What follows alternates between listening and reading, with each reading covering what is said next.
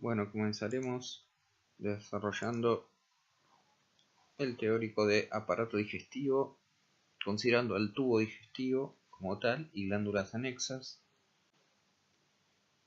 Entonces, desde la boca hasta el ano tenemos el tubo digestivo con sus distintas partes, con la cavidad bucal, la parte faríngea, el esófago, el estómago, los intestinos delgados, en sus tres partes, duodeno, yeyuno, ilion, el intestino grueso, asociado al mismo el apéndice cecal, el recto, conducto anal y ano. Todo eso corresponde al tubo digestivo, asociado al mismo, desembocando en el mismo hay glándulas anexas, como las glándulas salivales, ya sean las mayores, parótidas, submaxilar, sublingual o las menores, el páncreas y el hígado. Muchas funciones en el tubo digestivo, como la ingestión, la deglución, la digestión y finalmente la absorción, como también muchas funciones anexas como funciones endocrinológicas o funciones inmunológicas que iremos analizando. Estructura general del tubo digestivo. Encontramos inicialmente una mucosa formada por un epitelio. El epitelio cambia características según la región. Esto es muy importante conocer los distintos tipos de epitelio porque están íntimamente relacionadas con la función de cada región. Una lámina propia de tejido conectivo laxo, más o menos celular según la región. Una capa muscular de la mucosa, de músculo liso. En algunos casos puede considerarse, según los textos, como una quinta capa, una capa independiente de la muscular de la mucosa. La mucosa puede tener pliegues con un eje de su mucosa, vellosidades, que iremos analizando relacionados con su mucosa. Ambos sirven para aumentar la superficie de absorción. Glándulas, en prácticamente todo el tubo digestivo hay glándulas a nivel de la mucosa. La submucosa está formada por tejido conectivo. Muchas veces encontramos tejido linfático, el tejido linfático sobre todo en la región del intestino, el GALT, tejido linfoide asociado al intestino, vasos, nervios, plexos, plexo submucoso de Meissner, en esta zona, parte del sistema nervioso entérico, y en algunas regiones glándulas en la submucosa, como ser en el esófago, las llamadas glándulas esofágicas genuinas, que son submucosas, y en el duodeno, que son las glándulas de Brunner. En esos dos órganos también hay glándulas en la mucosa. En todo el resto del tubo digestivo las glándulas se ubican solamente en la mucosa y no en la submucosa. Luego una muscular externa. Hay regiones de músculo esteroesquelético, por ejemplo la porción proximal y media del esófago, pero desde la región media del esófago hasta el recto y el conducto anal encontramos músculo liso, en general en dos capas, circular interna y longitudinal externa, pero por ejemplo en el estómago, relacionados con las características de la motilidad del estómago, que hay una tercera capa oblicua interna. Volvemos a encontrar músculo esteroesquelético a nivel del esfínter anal externo. Y finalmente una adventicia serosa, dependiendo si estamos en regiones intraperitoneales o extraperitoneales. Analizamos inicialmente la cavidad bucal. Encontramos epitelio plano estratificado, una mucosa, tejido conectivo laxo, a veces un poco más denso. En algunas regiones de la cavidad bucal hay papilas gustativas. También el epitelio en sí forma papilas que son protrusiones hacia la luz. La submucosa un poco más laxa a veces, músculo esteroesquelético también. Los labios tienen su eje de músculo esquelético, abundante vascularización en la mucosa que le da su color rojizo. Si analizamos el paladar duro, la mucosa apoya directamente sobre el periósteo del tejido óseo. Aquí, por ejemplo, una región, un corte de labio, donde tenemos la región externa, la región interna, vemos epitelio plano estratificado hacia afuera. En la región externa incluso podemos ver algunos folículos pilosos. En la zona no mucosa del labio, en la zona más mucosa o semimucosa, si se quiere llamar, también de epitelio plano estratificado, que cornificado en este caso, queratinizado. Entonces, en la región externa, ahí ya no encontramos folículos pilosos. El eje de músculo esteroesquelético, encontramos abundantes vasos sanguíneos, que es lo que le dan la coloración rojo intensa al labio, y glándulas, sobre todo aquí hacia la región interna, glándula seromucosa. Aquí es el límite entre las regiones, la semimucosa, si se quiere, de los labios y la zona externa propiamente dicha, con el epitelio estratificado queratinizado con folículos pilosos. Si analizamos la lengua, que ya la hemos visto previamente, aquí nos enfocaremos en cuestiones más específicas de la lengua. Ya tiene un epitelio plano estratificado, salvo en pequeñas regiones, en general es no queratinizado, una superficie lisa que da hacia la parte inferior de la cavidad bucal y una superficie con papilas. Tejido conectivo por debajo del epitelio plano estratificado, glándulas seromucosas, algunas llamadas glándulas de von Effner, asociadas sobre todo a las papilas circunvaladas, presencia de nódulos linfáticos, sobre todo en la región de la amígdala lingual, y varios músculos estriados esqueléticos que forman el eje de la lengua. De distintas regiones, un cuerpo, un surco terminal, un agujero ciego, en la zona de la raíz donde se encuentran las amígdalas.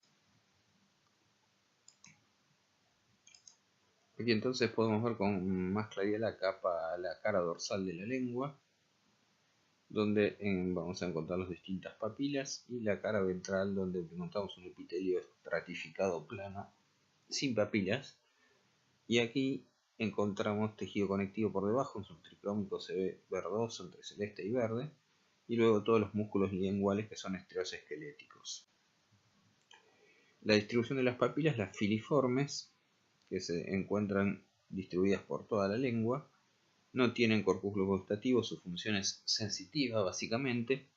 Las fungiformes, que se encuentran en la zona anterior y media de la lengua, en forma de hongo, sí tienen corpúsculos gustativos. Las foliadas poco o nada desarrolladas en el hombre, en las caras laterales. Algunos otros animales, conejos por ejemplo, se encuentran muy bien desarrolladas. En el surco, la bebé lingual, encontramos las papilas circunvaladas con un surco que los separa del epitelio, llamado surco circunvalante, también con papilas gustativas. Aquí entonces las circunvaladas, como hemos dicho, en la bilingual, un surco circunvalante que separa de todo el resto del epitelio, con corpúsculos gustativos, función gustativa. Las fungiformes en las zonas más anteriores y medias de la lengua, forma de hongo, también función gustativa. Las foliadas no desarrolladas en el hombre. Las filiformes, a veces descritas en forma de llama, que no tienen corpúsculos gustativos y su función es sensorial. Los corpúsculos gustativos son especializaciones del epitelio, donde nosotros encontramos un poro gustativo, el corpúsculo gustativo en sí, y terminales nerviosas asociadas a ellos. Y ahí encontramos células de sostén, células basales y las células gustativas propiamente dichas, que analizaremos más adelante. Si analizamos las papilas, tenemos las filiformes, que son los extremos aguzados. Pueden tener papilas secundarias, los vértices normalmente están queratinizados o cornificados y tienen función táctiles. Las fungiformes, numerosas más en la parte anterior de la lengua, forma de hongo, tienen papilas secundarias, distintos ejes de tejido conectivo, y las papilas gustativas en la cara superior.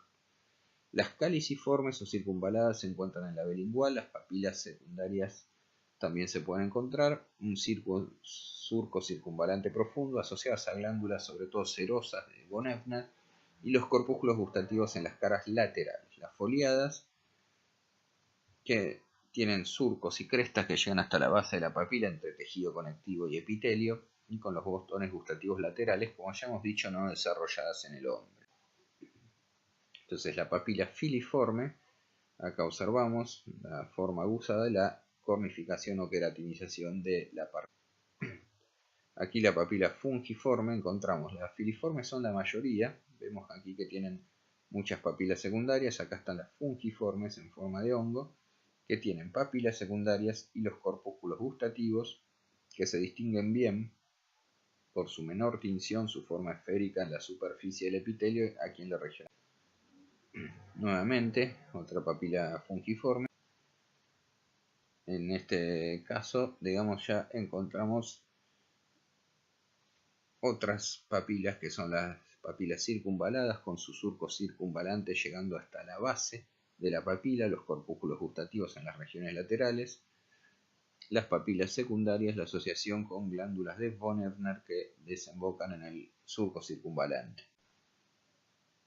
Y acá nuevamente para ejemplificar un corte que no pasa por el tallo de la papila, donde podemos observar esto que es el surco circunvalante muy marcado y la amplia asociación con glándulas de Bonnerman. El resto de la lengua, las glándulas suelen ser cero mucosas, en la zona de la papila circunvalada son principalmente cerosas. Y aquí a microscopía electrónica, donde se ven todos los distintos grupos de papilas filiformes, muchas veces en forma cónica, las papilas circunvaladas con el surco circunvalante, los corpúsculos gustativos con los distintos corpúsculos gustativos. A veces las papilas filiformes se agrupan, se les da a veces el nombre de formas papilares multifilamentarias. Los botones gustativos, entonces, hemos dicho que están en las paredes laterales de las circunvaladas o caliciformes y foliadas y en la región apical de las fungiformes. Tiene un poro gustativo, distintos tipos celulares y las células sensitivas y sensoriales, que ahora analizaremos, captan las sensoriales los distintos grupos de gustos: dulce, salado, amargo, ácido y combinación de los mismos. Aquí encontramos las formas clásicas de los corpúsculos gustativos, abarcando todo el grosor del epitelio, el poro gustativo. Células más oscuras, células más claras se pueden distinguir en hematoxilina. Aquí más en detalle se ve muy bien el poro gustativo en estas regiones y las papilas con los distintos tipos celulares, algunas células basales y aquí casi todas células. Aquí nuevamente lo podemos ver, distintos grupos celulares. Hacia el ápice del grupo gustativo vemos las distintas células envolventes de esta que tienen forma de barril, algunas células. Y nuevamente con mucho más detalle lo podemos ver. Y aquí podemos ver muy bien el poro gustativo con los, si se quiere, vellosidades gustativas dependientes de las células sensoriales.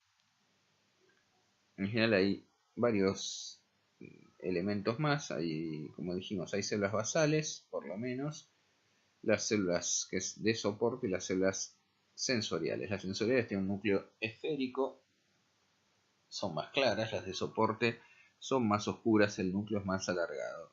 Y después se pueden distinguir con la zona más basal y núcleos más triangulares las células basales. Por lo menos esos tres tipos celulares pueden ser distinguibles en H y E. Acá las microvellosidades de las células sensoriales y el poro gustativo. Y asociados a un nervio amielínico, en este caso las terminales nerviosas. Nuevamente el mismo esquema. En general, los distintos elementos gustativos, los distintos proteínas o minerales o elementos o aminoácidos que puedan ser captados, que según su especificidad activan diferentes receptores, se produce despolarización, ingreso de calcio a la célula sensorial con liberación de vesículas sinápticas y neurotransmisores que actúan sobre el nervio, los nervios relacionados con la gustación. Y existen diferentes receptores que son los que pueden captar los distintos gustos, o por ejemplo en el caso de los gustos salados, canales iónicos, o los gustos ácidos que generan acidificación intracelular y no requieren específicamente la captación por un receptor de un elemento gustativo. Los tres grandes tipos celulares que actualmente se describen son las células gliales-like tipo 1, son una especie de células más relacionadas con las células de sostén, si se quiere, pero que tienen un parecido, elementos comunes con las células gliales del sistema nervioso. La célula receptora tipo 2, que probablemente está relacionada con la mayoría de los gustos, con distintos receptores para los distintos gustos, está más relacionada con la transducción sensorial, y la descripta actualmente tipo 3, que también estaría relacionada con funciones sensitivas, pero también con algunos gustos en particular.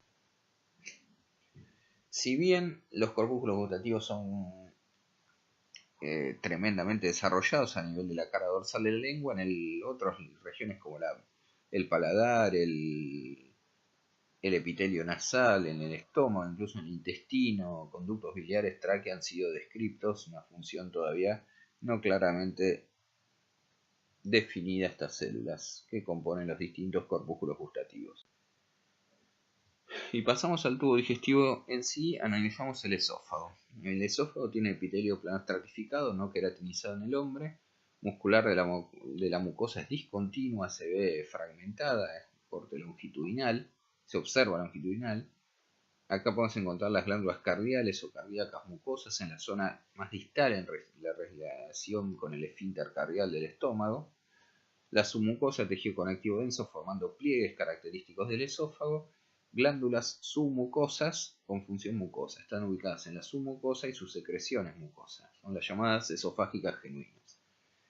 Músculo. El tercio superior es de estilo esquelético, el tercio inferior el músculo liso, interno circular y externo longitudinal, y en el tercio medio conviven ambos músculos. Serosa solamente se encuentra en la región intraabdominal del estómago. Aquí se ven los pliegues de la mucosa esofágica, el epitelio plano estratificado, la muscular de la mucosa, la submucosa, tejido conectivo, y la muscular propia. Nuevamente, el epitelio plano estratificado, no queratinizado, apoyando sobre lámina propia, tejido conectivo laxo. Después los fragmentos de la muscular de la mucosa, el músculo liso, la submucosa, que es tan abundantes vasos, los linfáticos, venas, arterias. Muscular propia, aquí ya vemos las dos características propias de la mayoría del tubo digestivo. En este caso vemos músculo liso con la capa circular interna, la longitudinal externa, el plexo mientérico de Auerbach, y después una serosa que encontramos en el mesotelio, epitelio plano simple asociado a tejido conectivo y tejido adiposo. Tricrómico, donde vemos principalmente el tejido conectivo de la mucosa ayudando a formar los pliegues, y pliegues formados también por un eje de submucosa en este caso. En este caso también encontramos, por ejemplo, aquí vemos el epitelio, la lámina propia, la muscular de la mucosa, y en la submucosa vemos las glándulas esofágicas genuinas que están ubicadas en la submucosa, y vemos la característica tinción muy pálida de glándulas secretoras de moco, de glándulas de secreción. Epitelio plano estratificado, tejido conectivo de la lámina propia, algunos fragmentos de la muscular de la mucosa y las glándulas esofágicas genuinas. Y aquí estos músculos trioesqueléticos, por lo tanto estamos en la parte superior del esófago. La unión esófago-gástrica, donde el epitelio plano estratificado del esófago se continúa con el epitelio cilíndrico simple musíparo sin vellosidades del estómago. Y nuevamente la unión esófago-gástrico. Podemos definir un estrato basal donde se encuentran las células basales y que puedan regenerar el epitelio. Por lo tanto, en las zonas basales podemos encontrar mitosis, un estrato espinoso con una llamada lámina suprabasal dentro del epitelio y una lámina más diferenciada, células mucho menos teñidas y que contienen bastante glucógeno, y un estrato superficial donde las células se van descamando y las células son bien aplanadas. Aquí podemos ver la diferencia entre la mucosa del esófago y del estómago, cómo cambian las características, la zona plegada, esta zona más mucosa del estómago, y lo vemos también histológicamente. En cuanto a lo que es el estómago tiene un epitelio, en cuanto es su mucosa, el epitelio cilíndrico simple musíparo, diferente según la región, ya sea la región cardial, el corpo fundus del estómago, de la zona pilórica. La muscular de la mucosa ya está muy bien desarrollada, una capa circular interna y una longitudinal externa, submucosa, plexo de Meissner más desarrollado, muscular, una interna oblicua, media circular y externa longitudinal, dado que el estómago tiene dos tipos de motilidad: la motilidad peristáltica, que permite el avance del bolo alimenticio, y motilidad de mezcla, que es una especie de licuadora en el caso del estómago, que permite los pasos iniciales de la digestión. Un plexo de Auerbach y finalmente la serosa. La mucosa gástrica, el epitelio superficial, como podemos ver en esta zona, formando criptas. No hay vellosidades aquí, pero sí hay criptas. de mayor o menor longitud según la región, y después glándulas muy desarrolladas, en este caso región corpofúndica, que están muy desarrolladas. La mucosa del estómago está muy desarrollada, y el epitelio simple mucíparo, secretor de moco, intensamente Paz positivo. En la zona profunda de las glándulas encontramos, sobre todo en la región corpofúndica, dos de los grandes tipos celulares. Las primeras, que son las células principales, que son estas células basófilas con límites intercelulares evidentes, con núcleo basal, siempre bien basófilas, que son las células principales, secretoras de zimógenos. Ahora vamos a ver posteriormente las secreciones. Y estas otras células en forma de D, a veces llamadas delomorfas, células parietales, bien eosinófilas, marcadamente eosinófilas, que están relacionadas con la secreción de ácido clorhídrico. En cambio, las principales están más relacionadas con la secreción de pepsinógeno y lipasa gástrica. Posteriormente analizaremos más ambos tipos. Cuando nosotros analizamos la mucosa del estómago, vemos que primero encontramos criptas y después sobrevienen las glándulas y profundizamos en el epitelio. Y nosotros encontraremos varios tipos celulares, por lo menos. Hemos nombrado dos: las células parietales y las células principales. Las células parietales oxíntricas, relacionadas con la secreción de ácido clorhídrico y de factor intrínseco, dispuestas en general a lo largo de toda la glándula. En cambio, las células principales, como hemos dicho, secretoras de pepsinógeno y de lipasa, se encuentran un poco más profundas en la glándula. Pero también encontramos otros tipos celulares. Las glándulas tienen una zona de desembocadura que es el istmo, un cuello. En la zona del cuello encontramos típicamente células mucosas del cuello relacionadas con secreción de mucus, función protectora y también de bicarbonato. Y después encontramos múltiples células endócrinas también. Aquí, según la región del estómago, esto va modificándose. Por ejemplo, enterocromafines light, que secretan histamina y favorecen la secreción hacia el estómago. Las células D, que secretan somatostatina, que son inhibidores. Y las células G, que secretan gastrina, que estimulan la secreción ácida. Si nosotros analizamos más en detalle la secreción gástrica, podremos ver algunos elementos más. Por ejemplo, en la zona cardial, las fosas no son tan pequeñas, las fosas gástricas. Las glándulas son en forma de resorte, tendencia más a la secreción de mucus o lisosima. La lisosima es un producto antibacteriano. En cambio, en la región fúndica, las fosas también son cortas, pero las glándulas son muy largas, muy desarrolladas y ramificadas, y contienen todos los tipos celulares. En cambio, en la región pilórica, las fosas son profundas, las glándulas no muy desarrolladas, y de vuelve a aparecer la secreción de mucus y lisosima como forma predominante, y muchas células endocrinas en la región pilórica que secretan, por ejemplo, gastrina, somatostatina en estos casos. Y en la zona corpofúndicas es donde están más desarrolladas las células parietales y principales, con la secreción de pepsinógeno, factor intrínseco, que ahora analizaremos. Es decir, que todos estos tipos celulares van cambiando según la región de la glándula y según la región del estómago. Aquí encontramos el istmo de una angostadura en la zona de comunicación con la fosita gástrica, el cuello, donde hay las mucosas del cuello y parietales, la base donde aparecen y el fondo donde aparecen todas las células principales, las células parietales también, y en el fondo también células enteroendocrinas.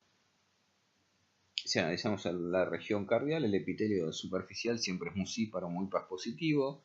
Acá prácticamente, como hemos dicho, hay pocas células parietales, pocas células neuroendocrinas, y las células son principalmente mucosas. Esta es la región cardial. Observamos las fositas que son gástricas, que son bastante cortas, y las glándulas en la región. Nuevamente, el epitelio que se ve cilíndrico simple mucoso, la parte más superficial pálida. La parte más profunda, las células, sobre todo en las zonas donde terminan las fosas gástricas y en la zona del cuello las glándulas. Las células mucosas del cuello a veces se tornan parecidas a los acinos mucosos con límites intercelulares bien evidentes. Región corpofúndica, entonces el epitelio superficial siempre sigue siendo las mismas características y en las células fúndicas, como hemos dicho, hay mucosas del cuello, pero acá hay gran cantidad de principales, secretores pepsinógeno y lipasa gástrica, células parietales, células neuroendocrinas. Regiones istmo, cuello, cuerpo y fondo. Las principales, como hemos dicho, se encuentran en el cuerpo y en el fondo. Las células parietales a lo largo de toda la glándula y en el istmo y el cuello las células mucosas. Y las células neuroendocrinas sobre todo en la base. Acá encontramos las fositas, son bastante cortas. Acá encontramos el istmo, todo el cuello de la glándula. Acá empieza a aparecer muchas células parietales, no se ven en este caso tantas mucosas del cuello. Todo el cuerpo de la glándula donde aparecen todas las células zimogénicas o principales. Y también hay células parietales u oxínticas. Y la base de la glándula donde hay algunas, en algunos casos pueden distinguirse algunas que corresponden a células endógenas. Y aquí nuevamente fositas cortas y glándulas.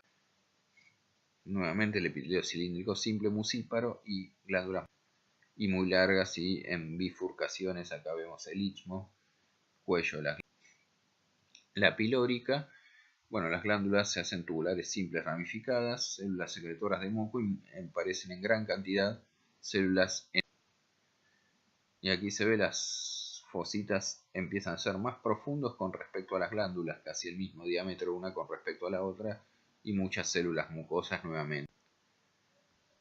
Y llegan muy profundamente las criptas gástricas en relación con las glándulas, con principalmente células mucosas en la zona pilórica. Si analizamos las células parietales, veremos que tienen permeasas apicales importantes. El ácido clorhídrico no se secreta como tal, sino que se secreta como cloruros hidrogeniones. Existe una permeasa pasiva que permite la secreción de cloro a la cavidad y una permeasa que hace un contratransporte de protones hacia la luz y de potasio hacia el citosol, por lo cual previamente tiene que haber otra permeasa que secrete potasio a la cavidad para después reabsorberse e intercambiarse por protones. El efecto neto es que encontramos secreción de protones y encontramos secreción de cloro que se juntan en la luz para formar el ácido clorhídrico, que genera un pH muy bajo a ese nivel. En la parte vasolateral también hay un transportador de cloro al citosol para que después se pueda secretar hacia la luz y contratransporta bicarbonato hacia el intersticio y hacia los capilares, de modo tal que cada vez que se secreta molécula de cloro con el ácido clorhídrico, se secreta una molécula de bicarbonato hacia el intersticio y hacia los capilares. Para todos estos procesos es fundamental la anhidrasa carbónica celular, que interviene en la producción de dióxido de carbono y agua. A través de esos mismos forma bicarbonato y protones para las diferentes secreciones. A su vez, las células parietales secretan factor intrínseco que permite la protección, la unión a la vitamina B12 para que pueda absorberse en el intestino delgado distal. Esto es lo que sucede en la célula parietal. Acá tenemos los capilares, acá tenemos la luz, la anhidrasa carbónica que a partir de dióxido de carbono y agua forma ácido carbónico, después bicarbonato y protones. Los protones finalmente se terminan secretando en contratransporte con el potasio, por lo cual tiene que haber una secreción previa de potasio hacia la luz. Y por otro lado se secreta cloro. A su vez el cloro se absorbe en la parte apical en un contratransporte con el bicarbonato que va hacia la luz. Existen muchos elementos que estimulan la secreción gástrica hacia las células parietales, como la gastrina, la acetilcolina a través de los terminales parasimpáticos, la histamina de las células enterocromafines-like. La somatostatina inhibe la secreción gástrica.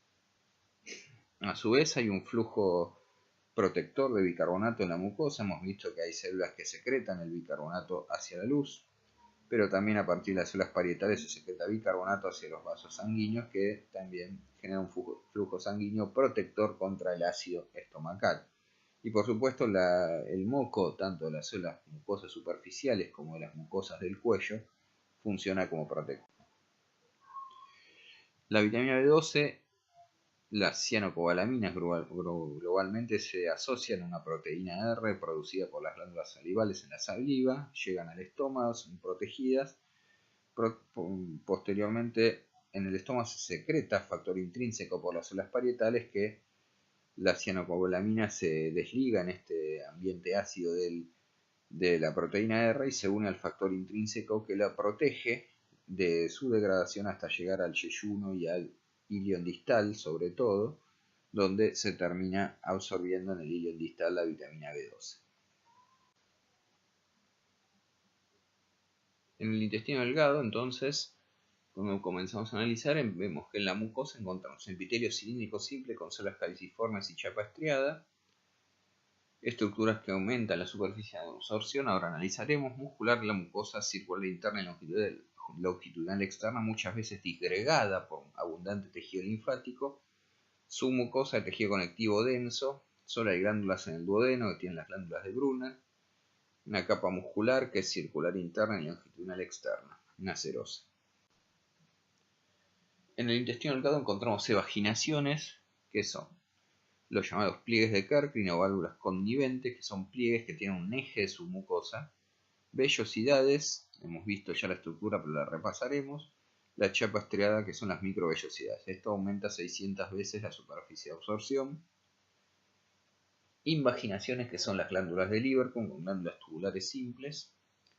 Epitelio, encontramos distintos tipos celulares. Los enterocitos, la mayoría de las células son enterocitos. Células caliciformes, secretadoras de moco. Células enteroendocrinas con secreciones endocrinas. Células M, que son transportadoras de antígenos. Células de Paneth, productoras sobre todo de lisozima, que es un producto antibacteriano. Células basales también, que pueden regenerar distintos tipos celulares del epitelio. Y también han sido descritas células en cepillo con funciones sensoriales sensitivas. Las vellosidades es una especie de vaginaciones a un modo de dedos que tiene un epitelio cilíndrico simple con células caliciformes y chapa estriada, asociado a tejido conectivo muy celular en estos casos, un vaso linfático central, un quilífero central que comienza en extremo ciego, y músculo de liso, que es el músculo de Bruch, que forma el eje de estas vellosidades. Músculo de Bruch es músculo liso dependiente de la muscular de la mucosa. En este caso estamos viendo, por un lado estamos viendo un pliegue, ¿sí? En esta región de yeyuno, corresponde a esta parte del intestino delgado. Todo esto es un pliegue o válvula connivente o pliegue de Kerkrin, tiene un eje de su mucosa. Después vemos las distintas vellosidades, entonces, como hemos dicho, formadas por el epitelio superficial, que es cilíndrico simple con abundantes células caliciformes, que apoya sobre tejido conectivo laxo. En algunos casos aquí alcanzamos a ver un vaso central, que es el quilífero central muy desarrollado, que es un vaso linfático. Y el otro elemento, que en este caso no lo vemos, está formado básicamente por músculo de Bruch, músculo liso. Y finalmente las glándulas de Lieberkühn, que son estas invaginaciones. Las glándulas de Lieberkühn se ve su luz rodeado por epitelio y por tejido conectivo. Y siempre en el yeyuno, que es en las vellosidades, son 2 o 3 veces mayores en longitud con respecto a las glándulas en condiciones normales. Posteriormente, aquí cuesta diferenciar la muscular de la mucosa, ya se ve bastante basófilo en algunas regiones por los linfocitos, por el tejido linfático, como podemos ver en esta zona o en esta zona, y la submucosa, tejido conectivo un poco más denso con vasos sanguíneos, linfáticos, tejido adiposo. Y después la muscular propia, una circular interna y longitudinal. Una vellosidad, entonces vemos el epitelio cilíndrico simple con células caliciformes, que acá las podemos ver bien, y la chapa estriada. La chapa estriada corresponde a vellosidades, microvellosidades muy desarrolladas y del mismo tamaño. Y la lámina propia, tejido conectivo muy laxo, presencia de plasmocitos, por ejemplo, en esta zona, y múltiples tipos celulares, y una amplia vascularización sanguínea. En este caso podemos ver el vaso quilífero central, siempre mucho más desarrollado en diámetro con respecto a los vasos sanguíneos. Es central con un endotelio de epitelio plano simple, como todos, la enorme mayoría de los endotelios. Las células caliciformes, los enterocitos con sus microvellosidades muy desarrolladas, el filtro, lámina terminal de anclaje de las microvellosidades, un glucocálix muy desarrollado relacionado con la digestión final de hidratos de carbono, proteínas. Y como hemos dicho, un plexo de vasos sanguíneos, capilares arteriales y venosos, regiones capilares y venosas de los arteriales. En la cara están las distintas criptas de Lieberkühn. En general, la regeneración del epitelio se produce en la parte basal, como en casi todo epitelio. En el estómago es la única excepción, que hasta ahora no lo hemos nombrado, que en el cuello de las glándulas es donde se produce la regeneración del epitelio, que como en todo el tubo digestivo se va descamando. En todos los plexos vasculares. Y la relación entre las vellosidades de mucho más longitud que las criptas en condiciones. En este caso, por ejemplo, esto es un yeyuno normal donde la vellosidad supera 3 veces por lo menos la longitud de las criptas de Lieberkühn. En cambio, en esto, que corresponde a la enfermedad celíaca, vemos que la vellosidad es muy corta y la glándula mucho más larga. Se invierte esta relación normal. Las glándulas de Lieberkühn están formadas por enterocitos y células caliciformes. En las zonas más inferiores encontramos células enteroendocrinas y células de Paneth. Células de Paneth secretoras de lisozima, producto antibacteriano y bases, bicarbonato, gránulas apicales eosinófilos. Vamos a ver ahora su... Bueno, aquí encontramos vellosidades. En la parte basal de las glándulas encontramos figuras de mitosis, es un epitelio de rápido recambio, el intestino.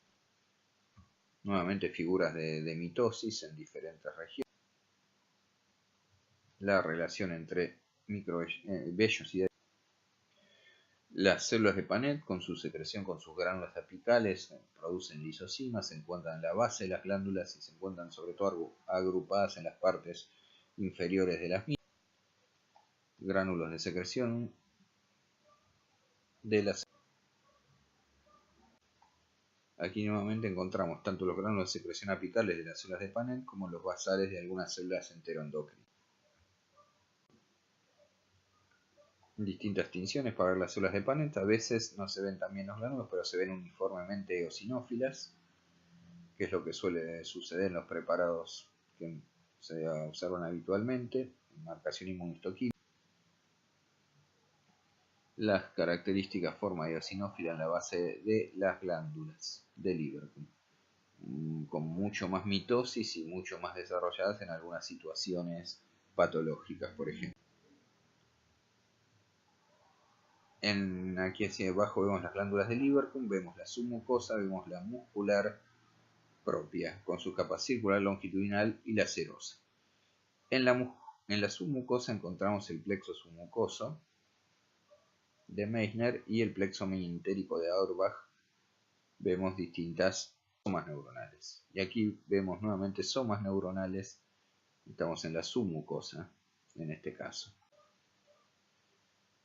A partir de las células basales intestinales se originan los distintos tipos, los enterocitos, la célula de Paneth, las células caliciformes, las células enteroendocrinas. Las enteroendocrinas tienen múltiples marcadores, las células caliciformes, sus distintas mucimas, la lisosima, las células de Paneth, fosfatasa alcalina que a veces se utiliza para los enterocitos, la que hemos nombrado, las células en cepillo, que también se pueden encontrar algunas en el intestino, y las células M que analizaremos posteriormente, que son más que nada, parece ser derivados de alguna forma de linaje linfóide, aunque no está aclarado, dado que son células transportadoras de antígenos. Aquí entonces las distintas células se van ubicando en distintas regiones del tubo digestivo. La gran mayoría son enterocitos.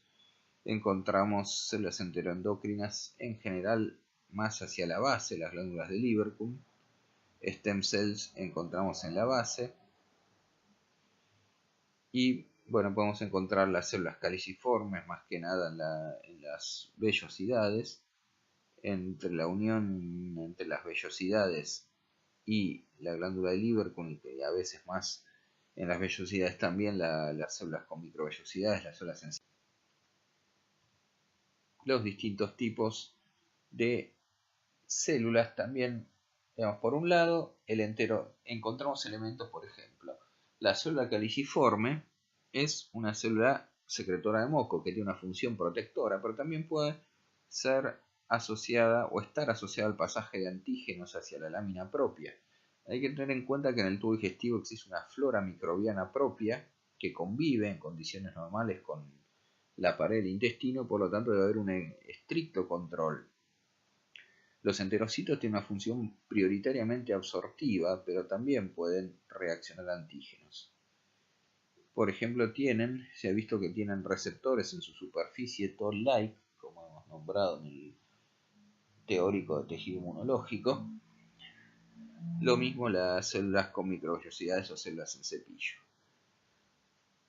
Pero principalmente las células M son las más relacionadas con el transporte antigénico que ahora observaremos. Los segmentos del intestino delgado tenemos el duodeno, el yeyuno y ilio. En el duodeno se caracteriza por las glándulas submucosas de Brunner, el yeyuno, como hemos dicho, como vellosidades alargadas, el ilio como vellosidades cortas, tortuosas y sobre todo por muchos nódulos linfáticos que forman las placas de Peyer. Duodeno. En el duodeno encontramos glándulas en la mucosa, por un lado, que son las glándulas de Lieberkühn, y en la submucosa, que son las glándulas de Brunner, principalmente relacionadas con secreción de moco, pero sobre todo secreción alcalina, que interviene en la protección contra el ácido gástrico. Acá encontramos las de Lieberkühn por un lado y por el otro un conducto excretor de las glándulas de Brunner de secreción. Las glándulas de Brunner en la submucosa del duodeno.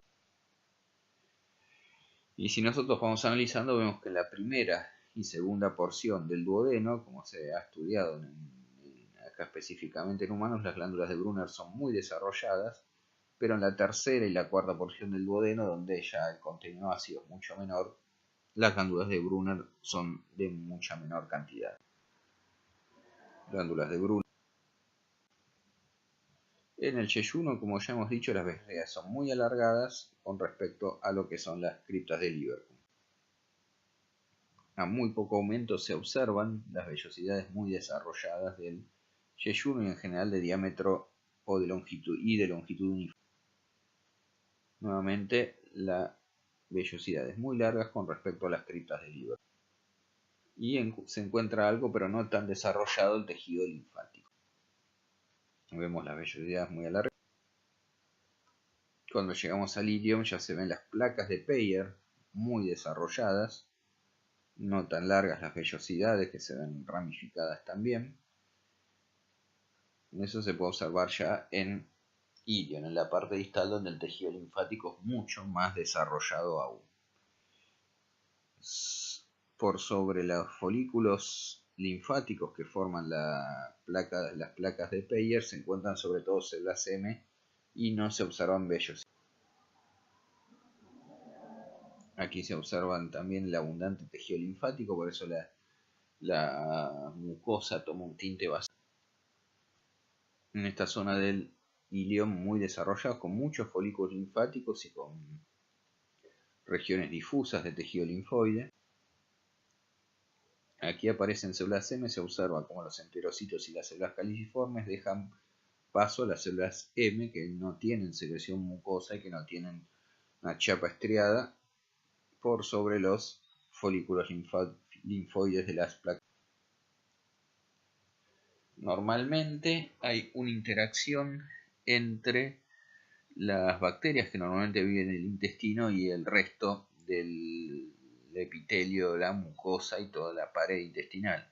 Las células M funcionan como presentadoras de antígeno, captan con sus receptores antígenos, los endocitan y lo pasan a las células dendríticas que están por debajo en la lámina propia, que desencadenan toda una respuesta inmune local y general. Pero hay una constante respuesta inmune local con producción local de inmunoglobulina A y también con inmunidad celular. Esta respuesta B pendiente da lugar a los folículos linfáticos que forman las placas de Peyer, pero también hay una respuesta T dependiente con receptores gamma delta, sobre todo muchas de las células T que se encuentran en esa región. Por ejemplo, existen abundantes células con funciones de natural killer y T y células T, es decir, en las dos funciones en la misma célula.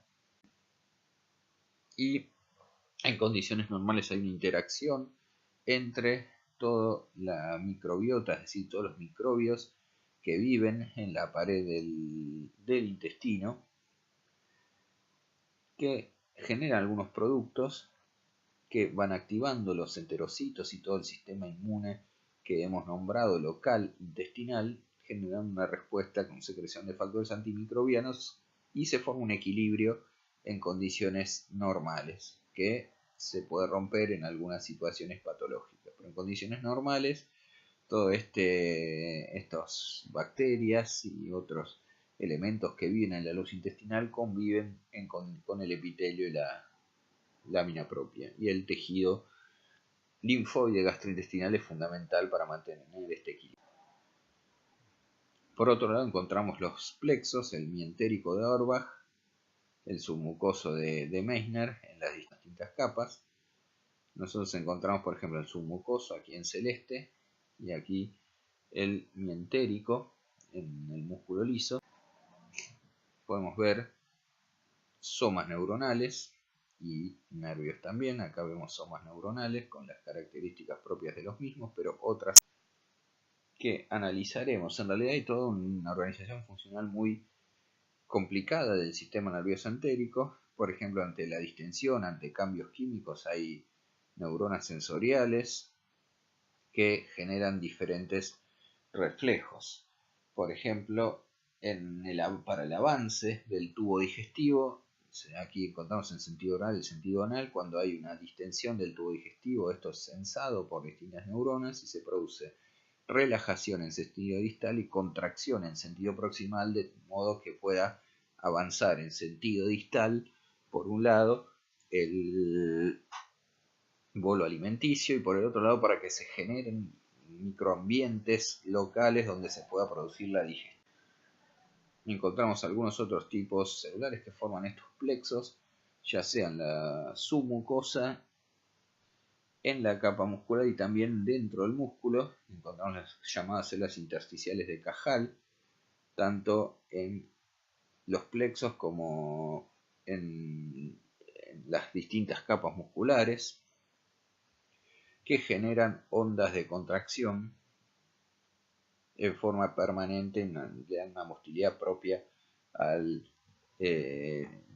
músculo del intestino a través de este sistema nervioso entérico, que a su vez es regulado por el sistema nervioso simpático y parasimpático, que tienen reflejos locales, como hemos visto, y que también intervienen en la secreción glandular. Y como hemos dicho, hay a partir de en una zona determinada un reflejo que es circunferencial, permitiendo unas características propias en el músculo, generando un microambiente local o generando pequeñas regiones locales donde se produce digestión, y vías ascendentes y descendentes con contracción y dilatación de músculo liso para la motilidad peristáltica. Como hemos dicho, hay stem cells, están en el intestino, en la base de las glándulas. Intestino grueso, un epitelio cilíndrico simple con células caliciformes y chepa estriada. Acá no hay vellosidades, no hay células de Paneth, submucosa, tejido conectivo denso, mucho tejido linfático. Están muy desarrolladas las glándulas de Lieberkühn. A veces la circular externa forma bandas, las llamadas T. Es diferente el apéndice, ciego, colon sigmoides, que el recto ano. El apéndice, como cosa importante, puede haber todavía alguna célula Paneth endocrina. Ya todavía no estamos en intestino grueso propiamente dicho. Dos capas no tan desarrolladas de músculo liso, abundante tejido linfático. El apéndice es un órgano linfático básicamente, el apéndice secal. Después ciego, colon y sigmoides, también hay abundantes nódulos linfáticos, muchas células caliciformes y muy desarrollado el músculo liso, sobre todo la longitud externa, formando bandas. En la serosa encontramos los apéndices epicloicos con abundante tejido adiposo. En el recto ano encontramos pliegues y criptas más profundas nuevamente, el ano con epitelio plano estratificado, músculo esquelético en el esfínter anal. Apéndice secal. Esto corresponde a intestino grueso, no se ven vellosidades, se ven abundantes glándulas de Lieberkühn muy desarrolladas, nódulos linfáticos, acá sí predominan las glándulas y no hay vellosidades, el músculo liso muy desarrollado. Acá las distintas apéndices epiploicos y las distintas tenias, en este caso con mucho músculo liso muy desarrollado. Se ve muchas glándulas muy desarrolladas, las triplas de Lieberkühn en el intestino grueso. Mucha cantidad de células caliciformes, en abundante moco. Nuevamente muy desarrolladas las criptas de Lieberkühn. No hay múltiples células caliciformes. La unión recto-anal, en este caso. El desarrollo amplio del músculo liso. Bueno, células enteroendocrinas, como hemos dicho, hay a lo largo de todo el tubo digestivo, en algunas regiones más que en otras. Los gránulos de secreción en las regiones basales. Y múltiples tipos, células de gastrina, somatoestatina, enterocromafines-like, que secretan histamina, pero bueno, otras como polipéptido intestinal vasoactivo, péptido inhibidor gástrico, secretina, colecistopinía relacionadas con la secreción biliar y pancreática, polipéptido pancreático.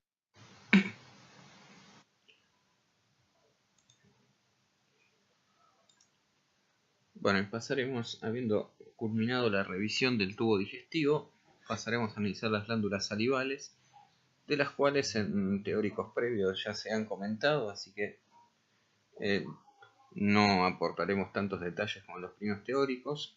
Encontramos glándulas salivales mayores, la parótida submaxilar y sublingual. Son glándulas tubuloacinosas compuestas.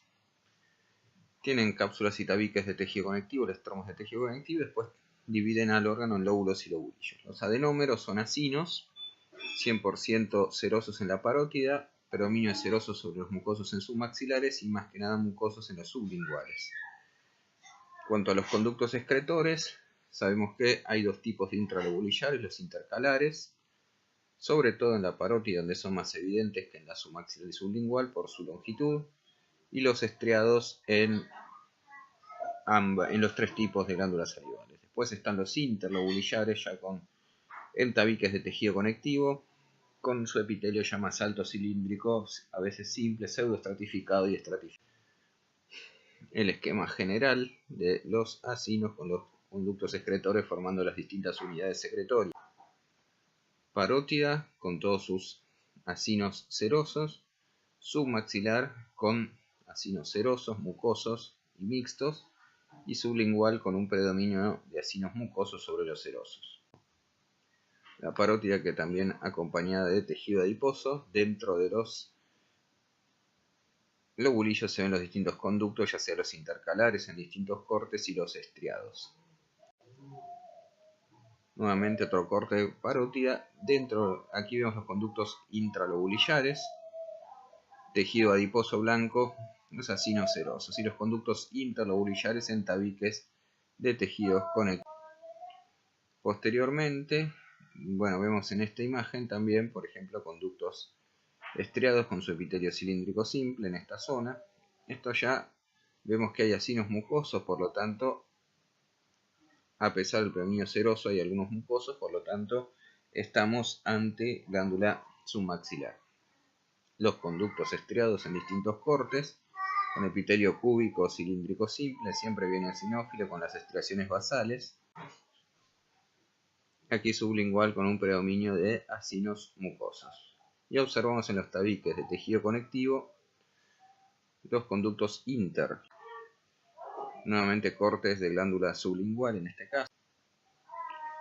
Nuevamente viendo un tabique de tejido conectivo.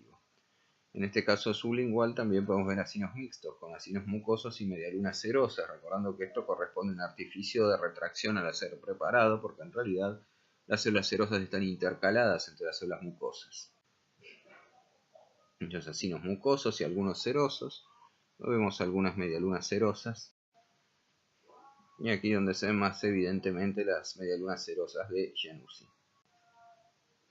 Los conductos estriados, en este caso en parótida, podemos ver bien las estriaciones en las regiones basales que se ven bien evidentes. Y acompañando obviamente todo el tejido exocrino se encuentran vasos sanguíneos y observamos glóbulos rojos dentro de los mismos. El conducto estriado con sus estriaciones basales, hay un epitelio cilíndrico simple donde el núcleo no se encuentra en la base sino en la parte media o más apical de la célula, muchas veces acompañados de vasos sanguíneos formando las distintas unidades. En más fotos de conductos estriados podemos observar claramente cómo el aumento es mayor, se perciben mejor las estriaciones basales donde encontraríamos en microscopía electrónica las pliegues donde se encuentran abundantes mitocondrias. Aquí el centro de los acinos serosos, en el caso de parótida, se encuentra libre, no hay células en el centro de los acinos. Hay dos elementos del punto de vista histológico que lo diferencian de páncreas, porque por ejemplo páncreas también tiene todos acinos serosos, pero no hay verdaderos conductos estriados, hay conductos intralobulares intercalares, otros intralobulillares del mismo diámetro que los estriados, pero que no muestran esas estriaciones basales, y no hay células en el centro de los acinos como sí sucede en páncreas. En este caso podemos observar un esquema de cómo la secreción en los acinos, que primeramente es isotónica, es modificada en los conductos y se hace básicamente hipotónica, la secreción salival. Se secreta agua, bicarbonato, potasio a nivel de los acinos. En los conductos también hay secreción de bicarbonato, pero por ejemplo el sodio y el cloro se reabsorbe y no así el agua, por lo cual la osmolaridad, la tonicidad baja. Y vemos como los cambios en la saliva a lo largo del... se van, digamos, va viendo modificaciones a partir de los cambios que se hacen en los conductos. En estas fotos tomadas de la bibliografía, por ejemplo, también podemos ver la comparación entre conductos estriados intralobulillares, que no están en tabiques de tejido conectivo, están acompañados por muy poco sostén conectivo, y los conductos intralobulillares, en el cual podemos ver que están acompañados están dentro de los tabiques de tejido conectivo y, por ejemplo, en este caso hay un epitelio estratificado cilíndrico en este conducto interlobar.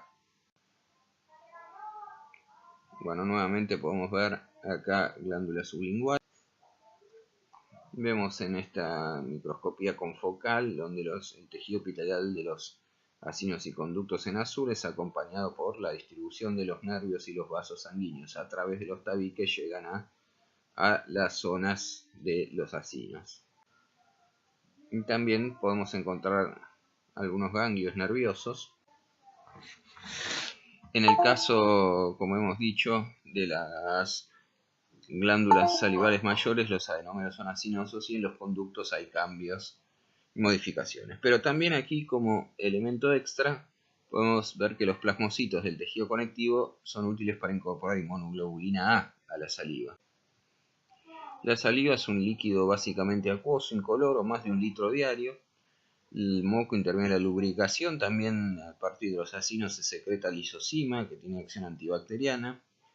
Es importante la secreción de amilasa, también a partir de las células serosas, que interviene en la primera digestión de los hidratos de carbono. Como hemos dicho, la inmunoglobulina A, función inmunológica. La saliva es diferente en composición según los distintos tipos de glándulas.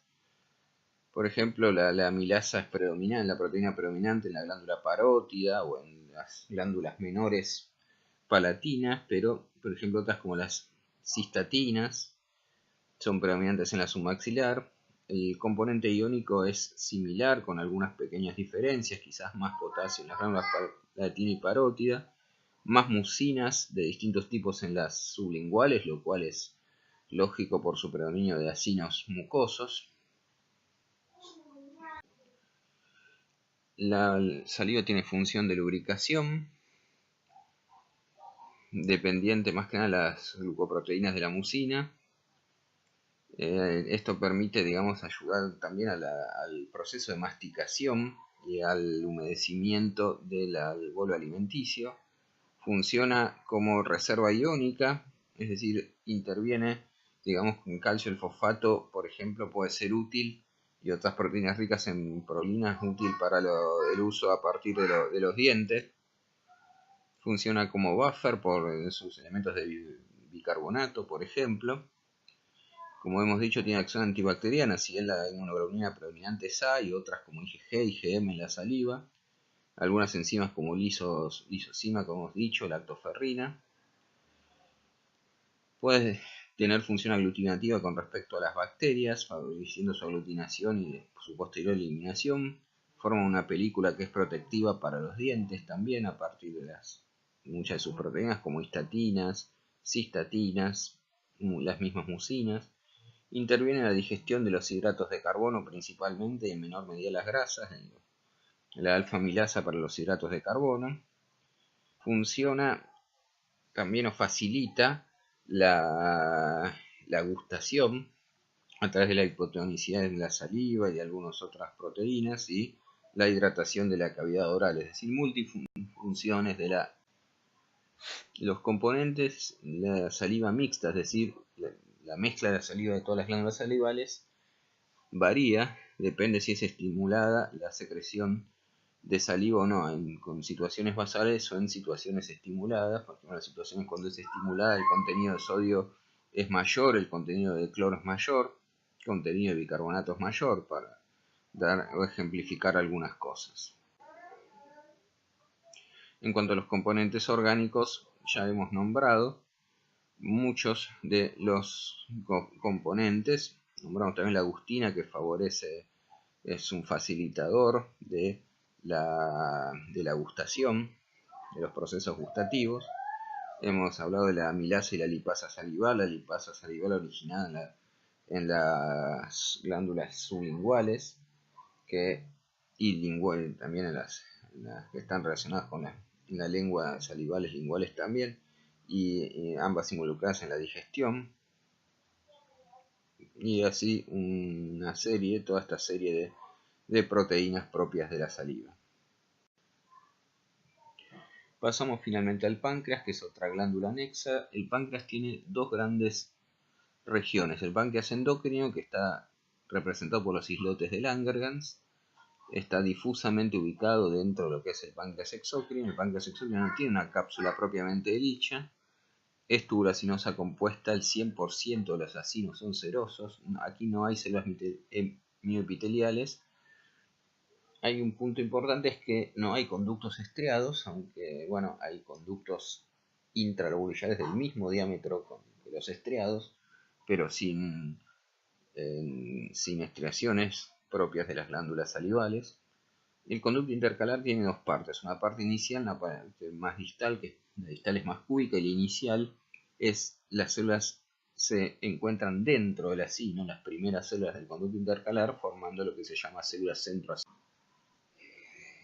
Este es el páncreas. Encontramos un islote de Langerhans y encontramos todos acinos serosos. Aquí encontramos conductos interlobulares e intralobulares. En este caso podemos encontrar tanto los conductos intercalares como los conductos intralobulares. Recordamos que aquí no hay estriado. Nuevamente vemos los distintos lóbulos y lobulillos. Podemos ver los cortes longitudinales de conductos estriados, en este caso, los otros conductos intralobulares, y los acúmulos celulares que corresponden a los islotes de Langerhans, correspondientes al páncreas endocrino. Y aquí, en esta foto de Pancreapedia, de la Asociación Pancreática Americana, una muy buena foto donde podemos ver células centroacinares. Recordar que corresponde la célula centroacinal, su núcleo es bien diferente a las células de los acinos, que corresponde a la primera célula del conducto intercalar. Las células de los acinos es la típica célula piramidal con núcleo basal de cromatina laxa de núcleo evidente, con la parte basal muy basófila y la apical eosinófila relacionada con la secreción de proteínas, la célula prototípica secretora de proteínas, la del acino seroso del páncreas. Y acá vemos los conductos, la ramificación de los distintos conductos acá. Desde estos conductos que ya se encuentran rodeados por tejido conectivo hasta las regiones más distales de los conductos intercalares. Se observan los conductos intercalares con las zonas más cúbicas y unas células más aplanadas que se van metiendo dentro de los acinos y se inician dentro de los acinos. Dentro de este acino seroso podemos ver varias células aplanadas correspondientes al inicio a la zona intracinar del conducto intercalar. Y aquí en el corte transversal vemos la célula centroacinar.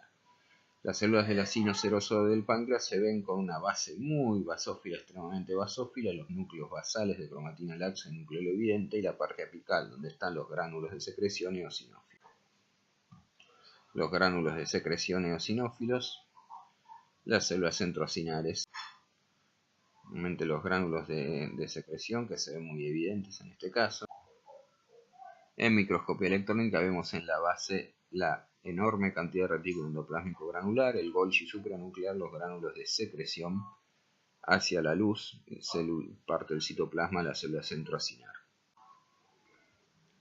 Nuevamente los conductos intercalares formando sus primeras células de los mismos, formando la célula centroacinar. Otros conductos intralobulillares se ven acompañados por algo de tejido conectivo y se ve que no se ven las estriaciones basales que se ven en las glándulas salivares. El sistema de conductos es bastante complejo, en realidad no es exactamente, las ramificaciones no son en V, no son bifurcaciones, sino que es más complejo cómo se disponen los conductos con anastomosis entre los mismos, y también se ha visto que hay algunas células acinares dispuestas en las zonas iniciales de los conductos. Acá está todo el sistema de... Acá vemos su asociación con los distintos acinos en esta región. Un evento muy interesante, podemos ver cómo el conducto intercalar ingresa, la porción inicial se genera dentro del mismo acino. Conductos interlobulillares mucho mayores, conductos pancreáticos de Wilson o de Santorini, dado que están acompañados por músculo liso y el epitelio cilíndrico estratificado. Las células características de los acinos pancreáticos. Abundante retículo endoplásmico liso y gránulos de simógeno. Los conductos mayores, si bien no es en el hombre, pero podemos ver que tienen abundante músculo liso y el epitelio es cilíndrico estratificado.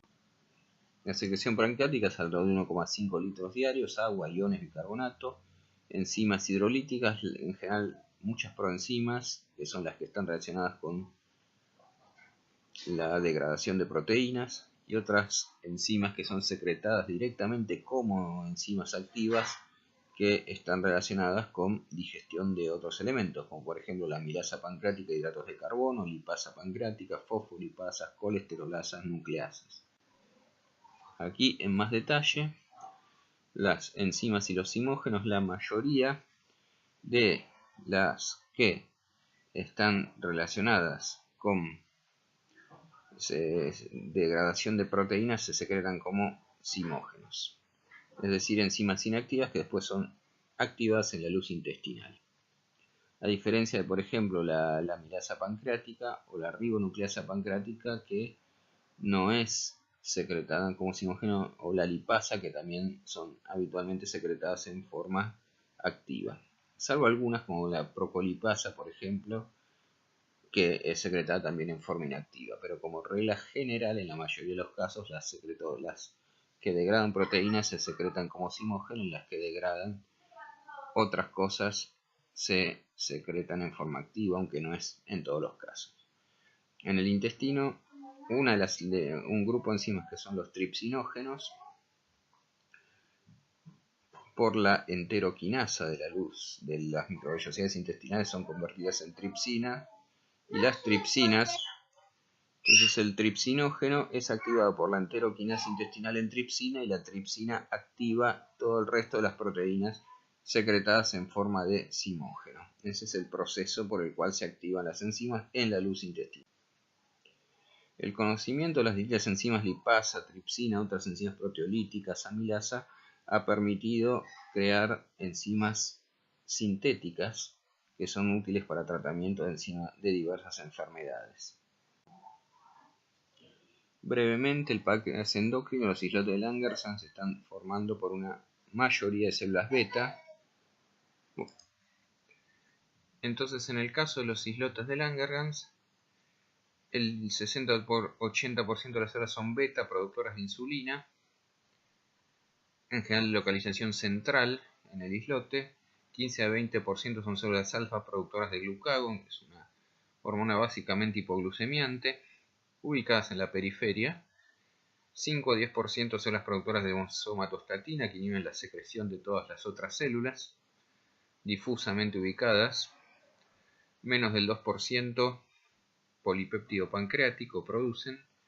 Células de Schwann, menos del 1%, están asociadas a los islotes de Langerhans también, en unas terminales nerviosos también. Pero las células de Schwann pueden llegar a observarse eventualmente, y en realidad hay otras células endocrinas en el islote, analizaremos ahora, y en menor medida a lo largo de los acinos y conductos. Las células beta, productoras de insulina, abarcando la porción central del islote, no así la periférica, donde se encuentran las células secretoras de glucagón básicamente. Estas son células beta, células secretoras de glucagón, células secretoras de somatostatina. La célula beta, que secreta insulina. Posteriormente analizaremos las características de la insulina cuando se analice sistema endocrino. Lo que sí es importante es que cuando se lesionan las células de los islotes de Langerhans a través de procesos autoinmunitarios o procesos oxidativos, se lesionan más del 90%, se llega a una enfermedad que es la diabetes mellitus tipo 1. Nuevamente en los islotes de Langerhans, la localización de las células productoras de glucagón o de somatostatina. Y se puede ver que hay algunas células, por ejemplo, productoras de glucagón, dispuestas en los acinos muy aisladamente. El sistema de vascularización arterial, capilar y posteriormente venosa de los islotes de. Resumimos la histofisiología digestiva, algunos elementos centrales como conceptos. En el estómago el bolo alimenticio es retenido, se hace más pastoso, existe no solo una motilidad peristáltica que hace avanzar el bolo, sino una motilidad de mezcla. Para eso está la capa más interna circular, o más bien oblicua, la capa más interna de todas en el estómago, que permite mezclar los alimentos. El ácido clorhídrico baja el pH a menos de 2, eso permite la activación del pepsinógeno hacia pepsina producido por las células principales, que interviene en la digestión proteica, el colágeno y proteínas, la lipasa gástrica en la digestión de grasas. Es necesario, como dijimos, el moco superficial en la protección, alto contenido de bicarbonato en la luz, neutralizando la acidez y evitando la lesión de las células gástricas del epitelio superficial. Recordamos que el epitelio superficial es mucíparo básicamente, y también hay células mucosas del cuello. La secreción de factor intrínseco permite la protección de la vitamina B12 o las cianocobalaminas en general, para que posteriormente puedan ser absorbidas en el hilo distal. Y aquí es donde se absorbe el alcohol, gran parte del agua, fármacos. Intestino delgado y grueso, funciones: digestión, absorción de nutrientes y motilidad. Hemos analizado cómo la motilidad peristáltica se da en los distintos segmentos y cómo se generan los estímulos a partir de los plexos entéricos y las células intersticiales de Cajal. Y hay muchos elementos de las células enteroendocrinas que intervienen en la digestión a partir de censar las características del quimo que llega al intestino delgado. Por ejemplo, se pueden activar distintas células enteroendocrinas, como por ejemplo las que generan polipéptido intestinal vasoactivo, que favorecen la absorción de agua y iones, la secretina, que induce la secreción pancreática, la colecistoquinina, que induce el vaciamiento de la vesícula biliar por la absorción de grasas, las glándulas de Brunner o el páncreas, que por ejemplo secretan bicarbonato. Esto no es obviamente una secreción endocrina, sino secreciones de las glándulas anexas que permiten la acción a más pH de las enzimas pancreáticas e intestinales. Y con esto estamos viendo cómo se integran los distintos elementos que hemos ido analizando. Cuando llegamos a la luz, por ejemplo, observamos que en los enterocitos el ribete en cepillo tiene en su glucocálix actividad enzimática que permite el fraccionamiento distal, por ejemplo, los hidratos de carbono a través de disacaridasas y la absorción y también procesos absortivos, por ejemplo, transportador para fructosa o transportador de cotransporte sodio-glucosa, que es como se absorbe el sodio y la glucosa. Los aminoácidos también se absorben en cotransporte con sodio, se pueden absorber aminoácidos, dipéptidos, tripéptidos, pero ya los péptidos mayores no se absorben. En las proteínas intervienen, ya hemos visto, el tripsinógeno es activado por la enteroquinasa, la chapa estriada tripsina. Las tripsinas activan las otras proenzimas que degradan las proteínas. Las proteínas son fragmentadas a oligopéptidos y los oligopéptidos son fragmentados a aminoácidos por las distintas peptidasas de la chapa estriada, es decir, que se van digiriendo elementos cada vez menores hasta poder absorber aminoácidos, dipéptidos o tripéptidos.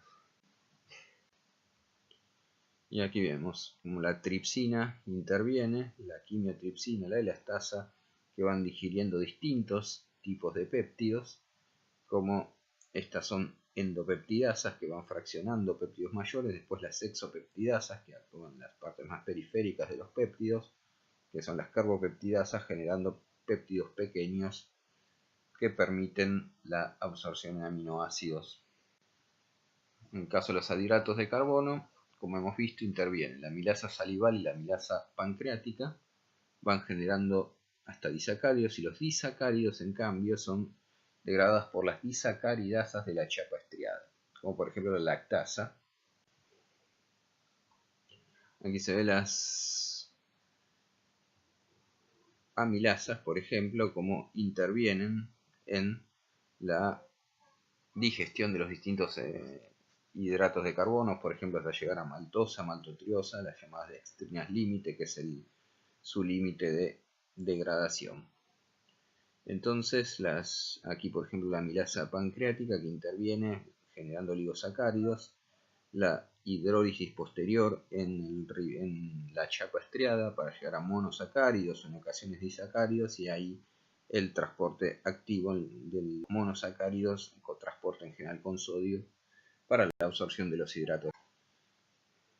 Y aquí podemos ver los distintos elementos, por ejemplo, en la chapa estriada la lactosa se divide en glucosa y galactosa por sus disacaridasas, la maltosa en dos glucosas, la sucrosa en glucosa y fructosa, que son los que son absorbidos como monosacáridos.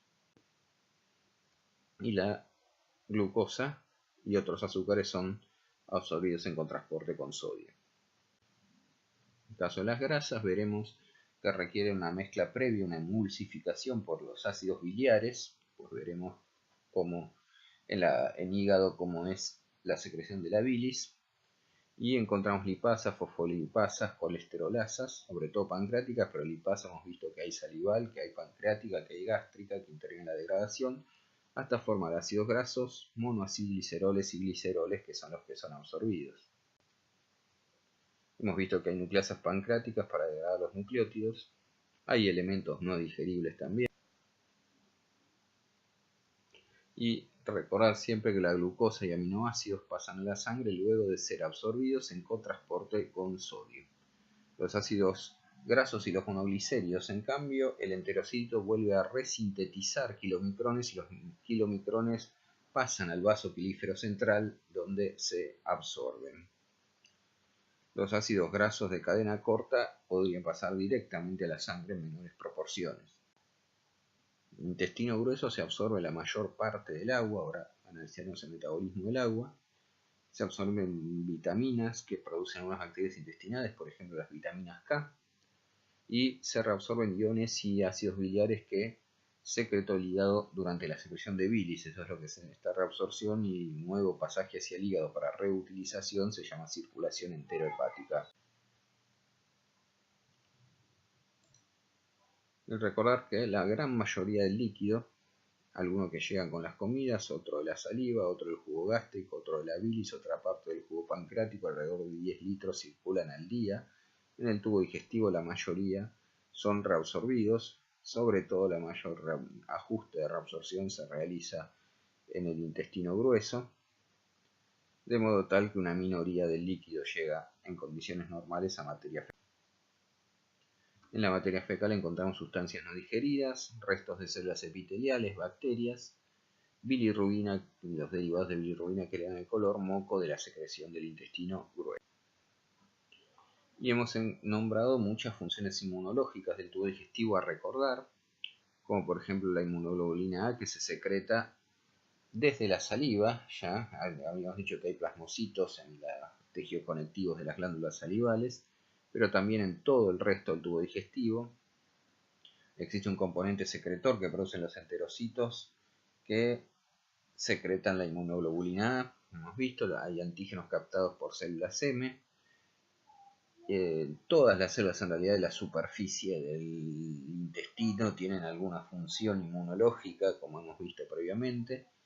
Las células dendríticas que encontramos en la lámina propia que presentan antígenos, las placas de Peyer, la lisosima y también las lactoferrinas que interfieren en el crecimiento bacteriano. Todo lo que es el tejido linfoide asociado al intestino o GALT, encontramos respuestas tipo B, respuestas T. Las respuestas T son más restringidas, están muchas veces restringidas por receptores T gamma delta.